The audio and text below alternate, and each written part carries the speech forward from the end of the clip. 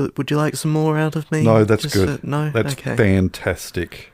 Because I could keep going. Oh, you got loud then, though. But, yeah, don't do that. But if you don't want me to keep going, then I won't. No. Hello. Colin had a problem and a microphone to spare. Thomas took it up and so the podcast went to air. For weeks and months they trolled through every single DVD. They've unwrapped all the ones they can and now they're cellulose free. Now they're cellulose free.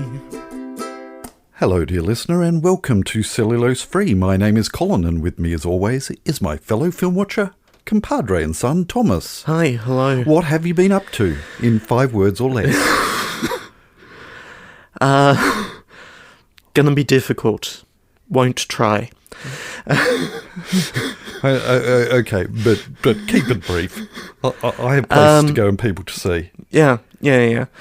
Last week we were off because I finally had a breakthrough on that submission to the Joint Standing Committee on Electoral Matters. And determined that it would probably be for the best if I didn't take a several hours break in the middle of doing that in order to record a podcast. And so I didn't. And a day later it was finished. So we could have recorded last week, is what you're saying? We still should not have, because it would have killed the momentum I'd built up. I know. Yeah. As soon as you sent a message saying, let's not, so we didn't. And you got it done. Yeah, yay. Got it done. And now it's tucked away in a dark box where no one can see it until the committee gets around to it, which could be some months. 2078, I read. Last sitting week of Parliament is next week. Dunno how much talk the committee will be doing over the holiday period. None. They won't be doing any, Thomas. And, last election there were about 1,500 submissions, and there are about 150 through this year's lot, so... could be a while. Each one has to be individually approved for publication by the committee. Yeah. They almost always are approved for publication by the committee, but gotta go now, through when you it say published, do they actually print a physical? I don't know. It might end up in the parliamentary library somewhere, but I don't know that there's a huge need to. No. Which means it probably will be. Yeah. Yeah, that's the way of it, isn't it? Yep. This week, Desert Bus for Hope has been going on, and I've not been doing anything about it, for reasons that are mostly my own fault, but, I'm sort of over it at this point, and I haven't been watching that much of it anyway, so, yeah. Fair enough. As far as I can tell, things seem to be doing well. Not quite as well as the last few years, but, still probably going to raise over $1 million for Child's Play charity, and that's not too bad for a week's work. Although, I suppose Seven's telethon can do several times that in a couple of days. Yeah. It is what it is. It is. Yep. It is. It's sort of a weird relationship I have with it now. Yeah. And possibly healthier, but still worrying. It'll probably take some time for you to... this will be something to work through with a therapist sometime down the track. Yep. Yeah. And while I haven't been watching Desert Bus, a couple of coding projects that won't see the light of day, to be honest. They're just for me. So, projects set by yourself? Set by myself, for me. Cool. I wrote a thing that scrapes the submissions from the Parliament website and downloads them, because I want to have an archive for me. I mean, I'm pretty sure they'll stay up for yonks But but I want an archive. Never know. Yeah, I want to know that I can access it. Yep, because things can change on a whim. Yeah. Yep. So yeah, that's basically been my fortnight. Mm-hmm. How's yours? It's been up and down. Yeah. Yeah, there's sort of been some curveballs thrown at me, but I've done other things to distract myself. I've gone on a couple of park runs. Yeah. Yeah, I've never done that before, and there have been a number of times where I've been on a walk on a certain stretch of walk where walking naturally progressed to jogging, which is not me. I am not a jogger in any way, shape or form. But I thought, look, let's give this a go. There's a friend of mine who does it on the mainland, and seems to get a lot out of it. So I tried it 2 Saturdays ago and thought, yeah, this is good, and actually surprised myself by actually being able to run for 99% of the 5 kilometres that... Yeah. And got a reasonable pace. Then on the way home, because I sort of jogged there 5Ks to the beginning of it, and then did the actual 5K run, and then sort of walked home, and then got a twinge in my knee and thought, oh dear, okay, this is a good start. But over the following week, I managed to ease it, sort of put compression tights on and knee braces and things like that calmed everything down. And by the following Saturday, I thought, oh, look, it's not competing against anybody other than yourself, so I'll go and I'll probably end up walking it. And I started off, and of course the enthusiasm was there, and I knocked about 4 minutes off my time. And again, not a runner. In fact, what's really disturbing is the fact that a fair percentage of this particular course, the local parkrun course, goes along sections of what our high school used to do each year for cross-country. And I absolutely hated cross-country. So I don't understand. It's an adrenaline thing. I'm off into the wilds for the next 5 days, so I've got to get this recorded and then edited, because I'll be leaving tomorrow when this comes out. So off with dear listener Helen to the wild and woolly west coast of Tasmania for 5 nights. So that'll be fun, going on some walks and what have you. Yeah, other than that, nothing much. We do, however, have a film to watch. And what are we watching this week? We are watching The Fate of the Furious. Because I was busy, didn't have time to write a synopsis for the last film. As far as I can tell... Smiling happy monsters. The relevant things to remember is that in the previous film, Furious 7, the brother of the villain from the 6th film decided to seek revenge and ended up teaming up with a terrorist, and eventually we defeated the terrorist with the help of some vague and menacing government body. And now the brother is in a very secure prison. Very secure. Very prison. secure. Very secure. Yeah. Sorry, I said smiling happy monsters earlier, and it's meant to be furious or furry happy monsters with REM and the Sesame Street Muppets. Anyway, right. Which leads us to an overview from Google of this week's film, The Fate of the Furious, which, again, is a terrible pun. It's rubbish.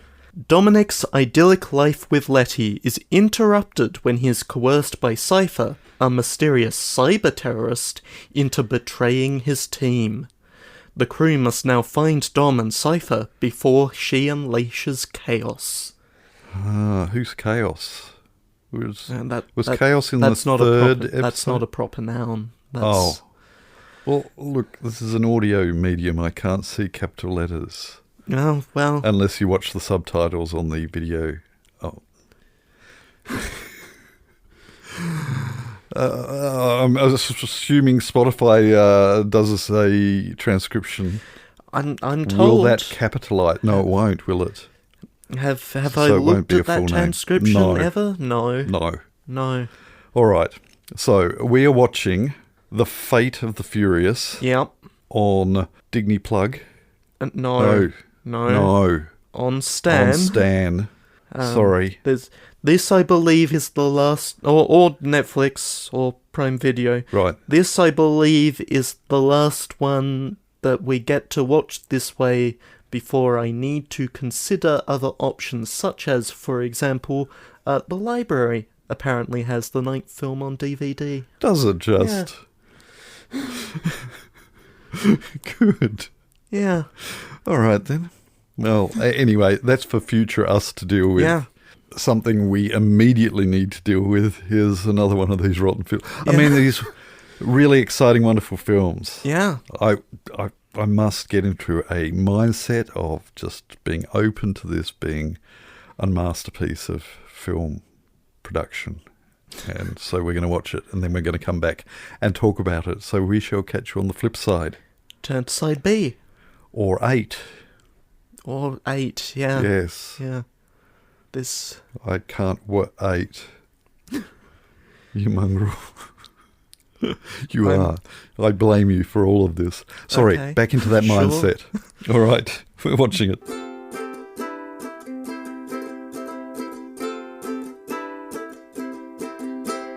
So what did you think? It's a very pretty film.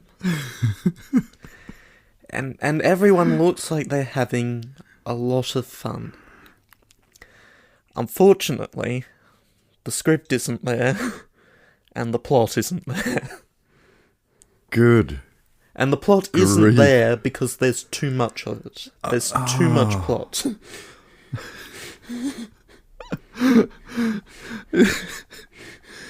It's like they had a whole bunch of writers who all came out with a complete plot of a film, and then they stuck it all in a shredder and then taped.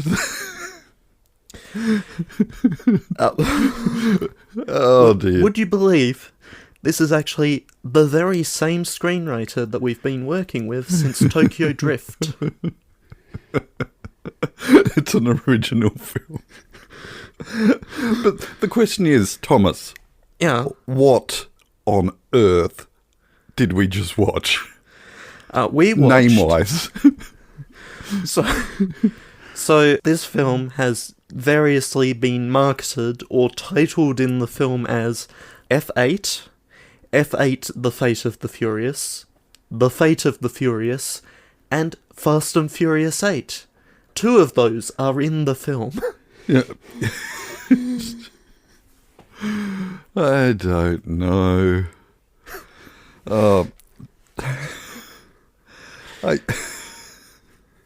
I had some notes. Yeah. But I gave up. I stopped. But the first note. Okay, so the first section of story, inexplicably, we're in Cuba. Yeah. And you know, that actually fairly solid, old-style Fast and Furious movie, that first sequence. Yeah. And in fact, it was filmed in Cuba. Right. Yeah. It marked the first time a major Hollywood production filmed there in over 60 years. So, I don't know whether it was the Chinese that had influence over them. I don't know. And it looked beautiful. Yeah. It was cute. I had to Google it because I'm thinking, this actually looks like Cuba. Yeah. Whereas there have been numerous Fast and Furious movies that are purportedly in a particular place, but filmed in an entirely different place, and there are telltale signs. I'm thinking in this, surely they haven't got permission to film in Cuba, but this is just feeling really Cuba-ish, and I'm impressed. And the way they pulled it off is that they did film, not all of that sequence, but they did actually get to film in Cuba, so that was good. And then the next note that I have, and the final note, is This is AI before AI. Mm-hmm. Again, getting back to the script, it felt like it was written by AI. Throw some characters, some of which, again, I'm thinking, have we met this person before or not? And then I'm thinking, I probably am meant to be remembering them. But the AI is using the script system that the soap operas use, where there's a character from 40 years back. This soap opera has been going for decades, and they suddenly reintroduce a character from... Anyway, that's how it felt. Written-wise, it felt like it had been written by AI. And some of the scenes, like with all the cars falling or driving out of... And flailing people and all that, it really looked like some of the over-the-top AI stuff, which what year did this come? There's absolutely no way this could have been... 2017. 2017, yeah. 8 years ago. Yeah. But it just, the Cuba that looked great, and there was the swathes of AI that just looked absolutely ridiculous, and then it just got even more crazy bonkers. Dumb. He shouldn't be called Dom. He should be called Dumb. It just got dumb. To the point where I said, no, I'm out. I need to wave the white flag. Which Thomas did point out. I was actually holding the remote. And I couldn't. You just... I was about to say just then that it's like watching a slow-motion train wreck.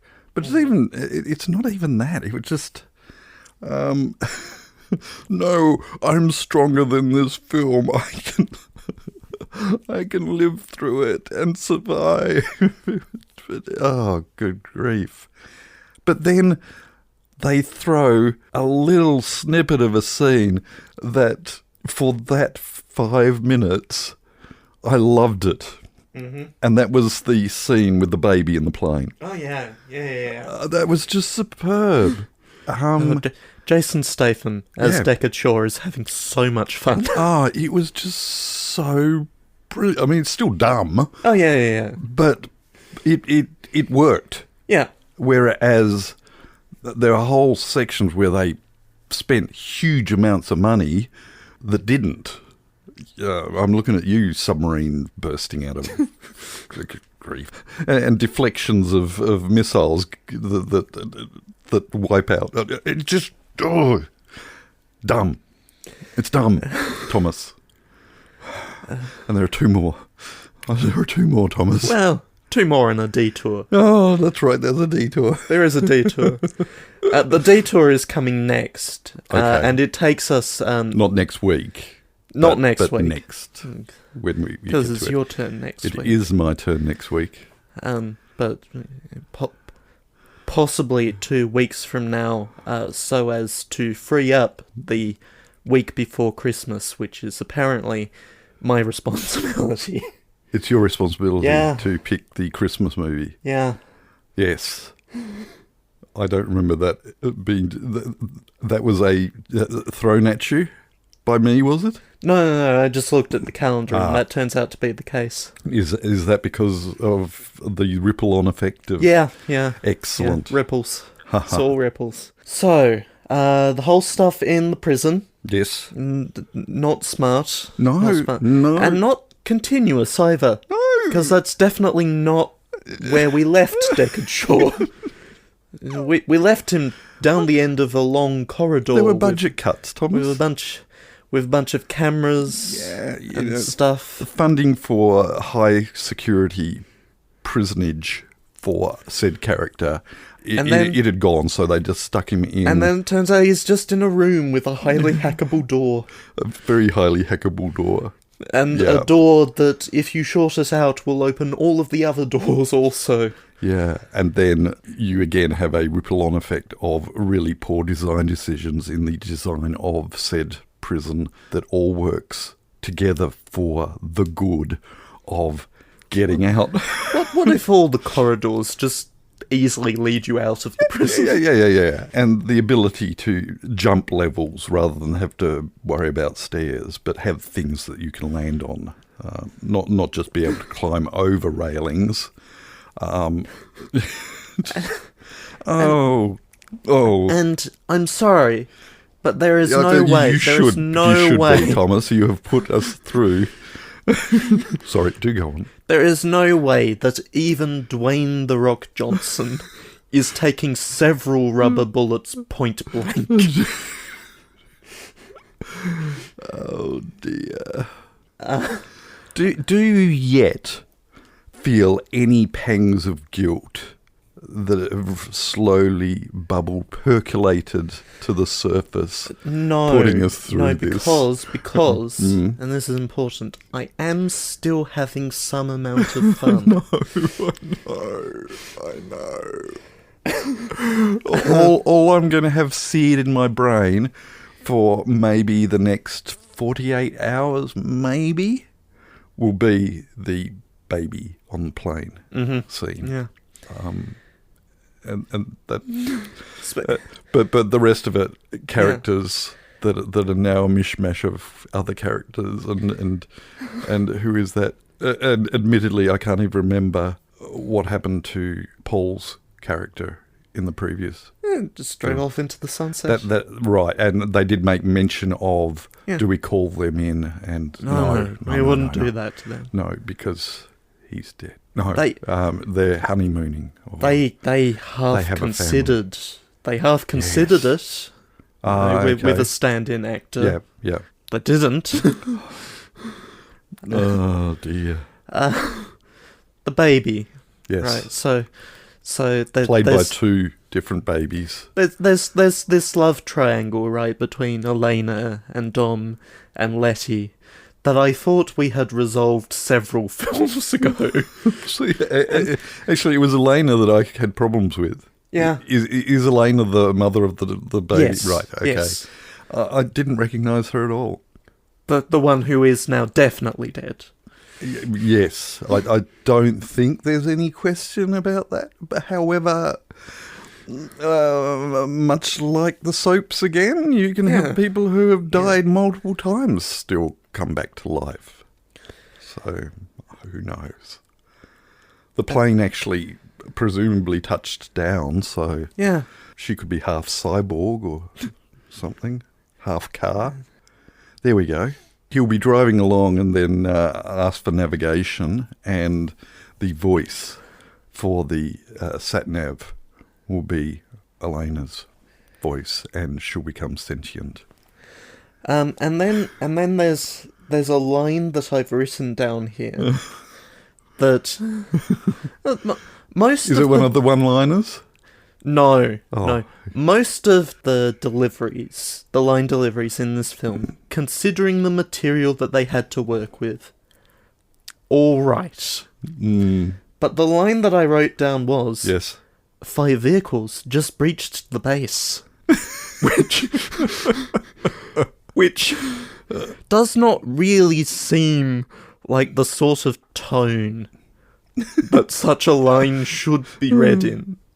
Do you want to panic just a little? Maybe feel a little bit. No, it's 5 vehicles just breached the base. As if you're a newsreader reporting on this. We need that line re-recorded. Oh, we can't get him back in for. Oh dear. 5 vehicles just breached the base. 5 vehicles just breached the base. And then, for some reason, there's just a button in a car that fires a bunch of missiles that will fire all of the missiles in whatever direction it happens to be facing at the time. Which, as it turns out, conveniently... wow. At one of the enemies. That's right. I'm sure that button was also pre-linked to that entanglement of chains that managed to pull down the big beam and also managed to lower the swinging wrecking ball so that it had a low ground swing longer than the actual pendulum swing, because it had a lot of time where it was actually at ground level those grappling hooks firing at Tom's car into the doors. Yes. Doors which famously do not detach from cars. Oh, Thomas, it's a dumb film. It is. It It really is. But this has been, I think, well and truly the dumbest. Yeah. And the hardest to actually tolerate. Mm-hmm. Except for the baby in the plane. Yeah. I have nothing else to say about this film, Thomas. Come back in 2 weeks for a buddy comedy. 2 weeks. Yeah. Because, Right. Again, Yeah, explain. 4 weeks from now Right. is the last week before Christmas. Right. So... And unless you want to record on Christmas Eve and then edit on Christmas Day. No. So you're wanting to get this out of the way Yeah. before Something somewhat more appropriate to the season. So my choice is your for next choice week. Next week. Yep. The week after that, we take a detour. Okay, which will be Crazy Cars. The week after that, it's you again. Are we into December by then? We are into December by then. Right. And then the week after that, it is December 17th to release on December 18th. Right. But that still doesn't rule out the whole fact that there are 2 more. No. In the new year. No, in the new year. Sometime in the new year. Yeah. Yeah. Okay. We should finish right about a year after we started. I'm trying to think of some Cruel Vengeance series that I can throw at you. The perfect vengeance is knowing that I have to work out when to put F9 on hold at the library. Yeah, I wonder how long their records last. Whether that will remain forever in the archives. The library archives that Thomas borrowed for 9. The DVD. Yeah. I think, Thomas, I think we need to move on. Good call. The following segment has no title. Thank you. Because, my goodness, we have had some feedback. We have, yes. That's what happens when you have a brief hiatus. All of this feedback came in the first week. I wasn't going to mention that. Week gap. Gee, I was just... All right. We start with an apology to M. Yes. Thomas is sorry, M. I have given him stern words in front of the rest of the writers' staff. I am sorry for not checking the Hi Hello Productions Twitter account in the intervening time, because we don't usually get posts over there, but this time we did. We did. And I missed it, so I must apologise to M on Twitter, who has posted on Twitter in order to provide some images more easily. Yes. Now that Thomas has given his... I don't know whether it was heartfelt. Thomas, be a little more sincere in your apology. Say sorry. Sorry. Let's be honest here. Let's be sincere here. Okay. I'm not a very sincere person, generally. That is true. I think that's what you're going to get. But yeah, he has been given a stern talking to. All that being said, hi, M. M provides a screenshot from the episode on Hundreds of Beavers on Spotify, where chapters are automatically generated. And indeed, the first chapter on that episode was Thomas's thoroughly disappointing software experience, as I believe we may have predicted on that episode. So we talked about the fact that Thomas had a thoroughly disappointing software experience, did we? Yeah. It was thoroughly disappointing. Yeah. Okay. M continues, and while the topic is still relevant, Just wanted to mention one of the silliest auto-generated chapters I've seen thus far. Sourced from Frequency. Welcome to Cellulose Free, Thomas's Burnout Paradise project. Now, obviously, some wires have been crossed here. I think so. Because this implies that Cellulose Free is a podcast specifically about Burnout Paradise. Yes, because it is Welcome to Cellulose Free, Thomas's Burnout Paradise project. No, your name isn't in that line. I was wondering when that would happen. Whether you'd pick that up. Yeah. Pick up what I'm putting down. Yeah. By the way, haven't gone back to that project, basically, in the time since. What, your Burnout Paradise project? No. Right. No. Meanwhile, I have absolutely no recollection of it. I do, however, have some vague recollection of your thoroughly disappointing software experience. Yeah. M continues, despite the slightly negative response to Hundreds of Beavers, the film sounds ridiculous enough to pique my curiosity. Might check it out when I have the time.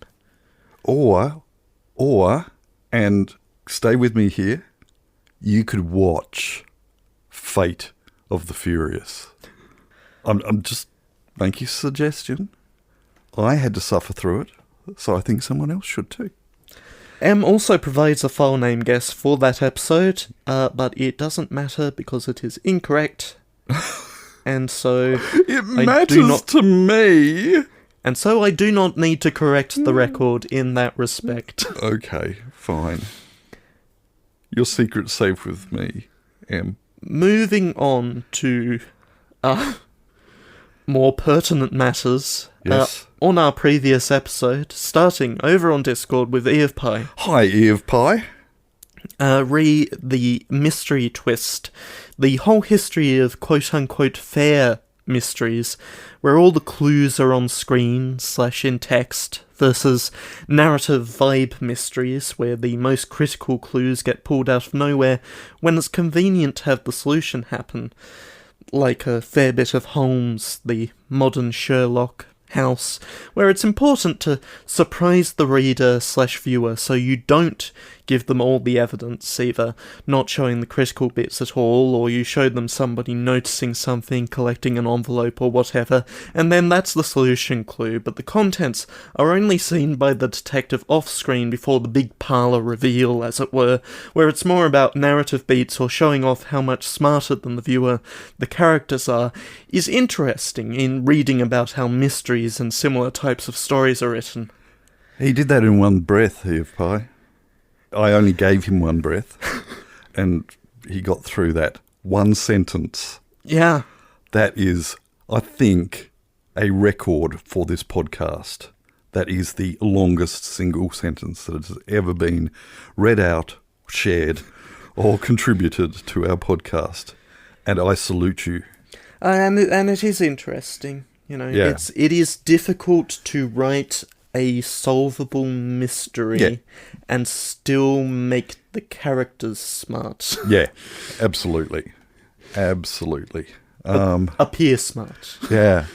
I had the unusual experience of going into, what's it called, Adolescence, the single-shot TV mini-series that I knew very little about, other than the fact that it was getting rave reviews. And I went into it, started watching it, and thinking that it would be a case of you have to work out what actually is going on. And in that, spoiler alert, that it's not that. It's not a case of making a demand upon you to work out what happened. It will actually show you. Yeah. And that is the whole premise of it. So, yeah, that was a point where I'm trying to pick up clues here and thinking, I reckon. And then you suddenly realise, I don't need to be reckoning because it is what it is. So I guess that is the closest they've come to a whodunit where everything is given to you. It doesn't work. You're right. It can't work. So what I said in the previous episode, I don't know what I want. Yeah. But, yeah, there are certainly shows and films that pull it off well enough that you aren't thinking, no, there's absolutely no way we could have worked it out. Mm-hmm. Yeah. So, anyway. Over on Facebook, Helen. Hi, Helen. Says, well, just as well I checked the length of the episode before setting off on my listening walk, so I could adjust the route accordingly. And yes, I am now looking at the time that it is now as we're recording, and I don't think your plans have quite turned out particularly well. I think it's your fault. Oh, yeah? Again. Yeah. Yeah. Helen continues, tomatoes, long and unexpected detours. Why did Thomas go that way? Because the cycleway is concrete, uncovered concrete, and concrete gets hot. Crowds, why did Thomas go in any of those directions? Because that's where the Kadelka shop is. And the nightmare that is trying to get tech support from anyone. I think I got through 2 kilometres of walk before we got to the film, and then you managed to make my 7-line comment from last week into a 7-minute segment. I note that any film that is relying on the soundtrack to do the quote-unquote heavy lifting seems to have a problem. My recollection is that the mentions of Black Box were all deliberate rather than accidental. And then there's a file name guess. Mm-hmm. In the interests of brevity, I don't think we'll discuss that. No. Other than to say, the whole soundtrack thing, I think there can be aspects of a film that can do heavy lifting and can be recognised and saluted for it. Mm-hmm. Cinematography, for example. You've got cinematography that's doing the heavy lifting. And if it was filmed by a lesser cinematographer, it would have been a far lesser film. Yep. So, I don't know. Helen continues, oh, and I can't wait until next week, and nor can Colin, apparently. The proof of the pudding. Yeah. That quote from Soderbergh reminded me of a rather depressing realisation I'd had this week of the increasing difficulty of raising the intellectual capabilities of the human race. May the next assignment I'm about to mark provide a counterexample. No. No, it didn't. No, it didn't. I hope you found something in that pile of assignments. Well, from evidence received even as late as today, I don't think it's got particularly better. No. Back over on Discord, Entuosferatu. Hi, Entuosferatu. Says, it doesn't fit your format because it's a mini-series, but my wife and I really enjoyed The Residence, a murder mystery in the White House with a very excellent detective and cast. I have not seen it. I have heard of it, and it's certainly on my watch list. Yes, same here. But, again, I have so many backlogs, and they are all so long. Yeah. It didn't really do surprise evidence at the end, but also wasn't really the type where I think you were 100% supposed to guess much ahead of time. Lots of cases of a clear suspect, but hey, there's still 4 episodes left, so that can't be right. Right? Oh, Midsummer Murders. Yes. You know, just 90 minutes at a time of, well, obviously they didn't do it, because we're only half an hour into this thing. Yep. Who haven't we discussed yet? Oh, yes, okay, it's them. Got it. And it's funny because I think that show, time and time again, even though it's using exactly the same formula, manages to pull it off very well for a very good percentage of their episodes. So, I don't know if it did well enough. Black bag that mate. No, sorry. The Residence, yes. Yep. But much like I wanted and got more Benoit Blanc movies, I want more Cordelia Cup mysteries with the same actress. Yeah, not looking good. In fact, Netflix have said no. They're redirecting their focus on other things, supposedly. Sorry, Entuosferatu. Entuosferatu actually led his comments with a file name guess, which is convenient because we are now up to the file name guesses. We are. Entosferatu says, my secret tech insider knowledge guess for this week is clunk. Clunk.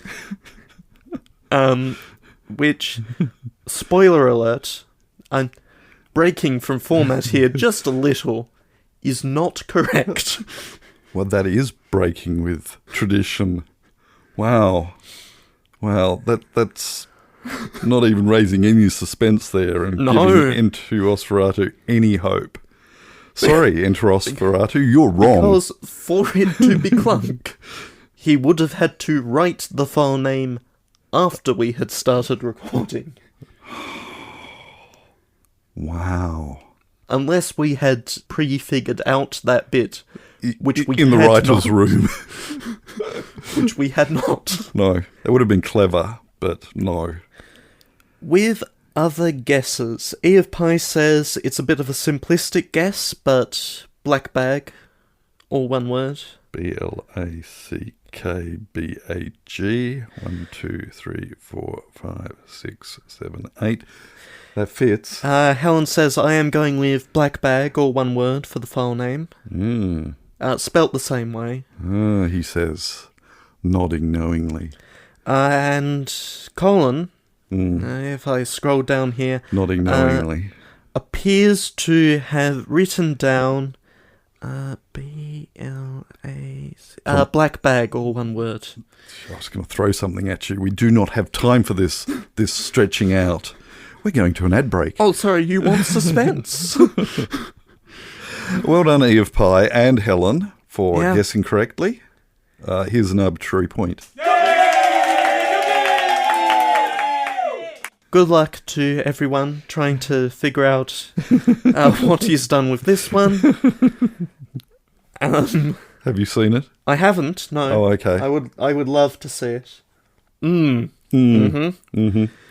But this is a stumper. The thing is, this film has 4 different names. Yeah. Yeah, they're all in there.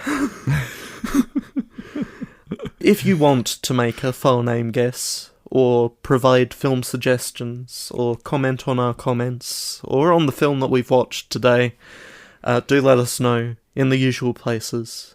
Please. Yeah. Oh, I've slumped down in my seat. Sorry if I've faded out here, but yes. Oh, sorry, I've got distracted now because I know that I'm up next. Yeah, you are up next. Because we're about to move on. We're about to move on? We are. We're about to move on. Once I've found... Where's it gone?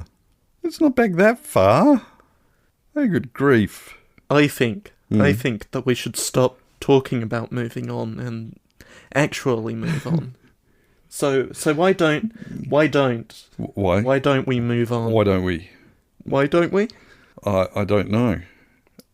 Because you haven't pulled it up yet, have you? I can't find where it was that I had the film pulled up. Okay. So we'll move on. Pick a film for next week so we can go to bed. And it's my turn. It is your turn. I think we've got something mixed up there. See, what's happened here is that usually you say, yes. So let's move on. But either way, the one of us whose turn it isn't says, it's your turn. It is my turn. It is your turn. Next week, we're going to watch a movie that's on Digny Plug. Okay. Yep. And the plot synopsis I am taking from Digny Plug because it's nice and short. Yeah.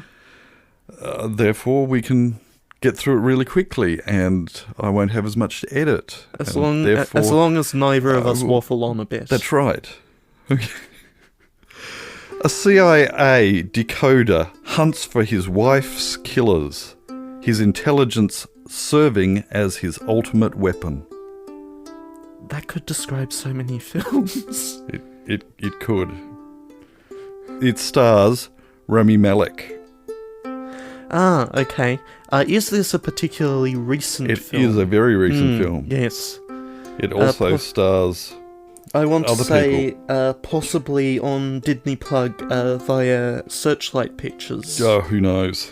and that may involve... Just guess the film, Thomas. May involve a word for someone who is perhaps not particularly experienced. The Amateur?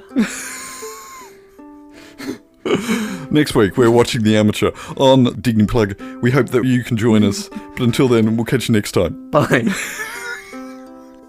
You have been listening to Cellulose Free.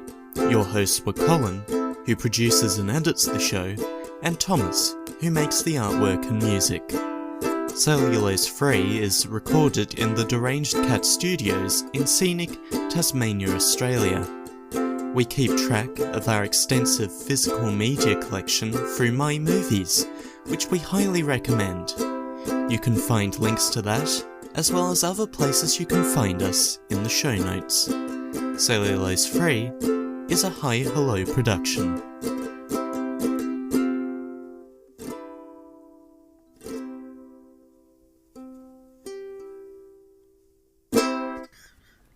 If you don't want waffle, don't waffle yourself.